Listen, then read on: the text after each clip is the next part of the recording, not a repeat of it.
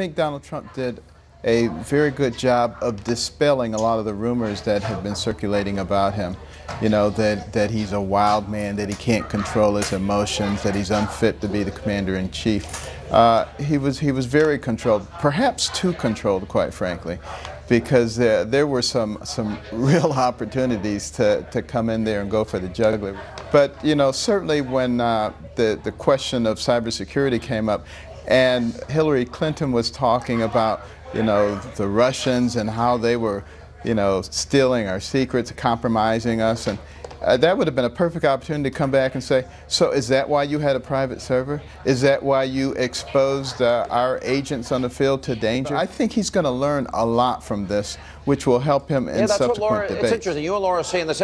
Look, there's a lot we didn't get to. He did talk about the deleted emails. That's fine. We didn't really talk about Benghazi. We didn't talk about the Clinton Foundation, the money she takes from Saudi Arabia, immigration, $50,000 speeches that she won't release that she gave to Wall Street. So Goldman Sachs, Benghazi, Sean, the Clinton Foundation, the corruption, and Ben's talked about this, the corruption in D.C., the Clintons are intertwined inextricably with corruption. Right. That plays across party lines, Sean. And I think rather than him getting back on his heels on the birther issue or the bankruptcies or what, it has to be prosecuting the case against her and also speaking right to the magnificence of the American people. It depends what you want to take out of the debate. But there's one thing that I've been saying, and I think this was highlighted. There was a lot of highlights of this tonight.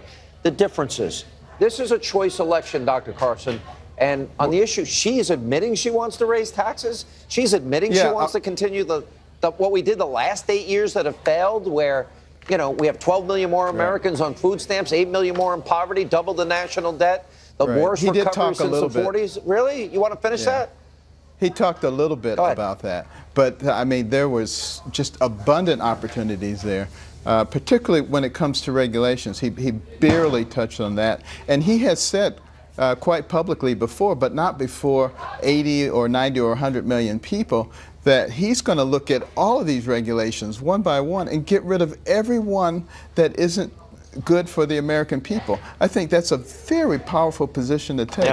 On the taxes, you know, challenge her on how is raising taxes upon anybody going to improve our economy. Historically, it has not done so. And people will come back and say, yeah, but you know, Bush cut taxes and we got into a lot of trouble. Well, he also spent an incredible amount of money. You know, it's a combination of the two. And a lot of people don't seem to understand economics.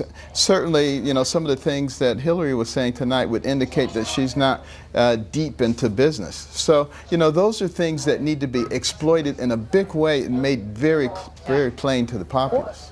Sean, I think in the next debate, you're going to see Trump get off the defensive and go on the offensive more. The more he's forward on the balls of his feet, the better it's going to be for him.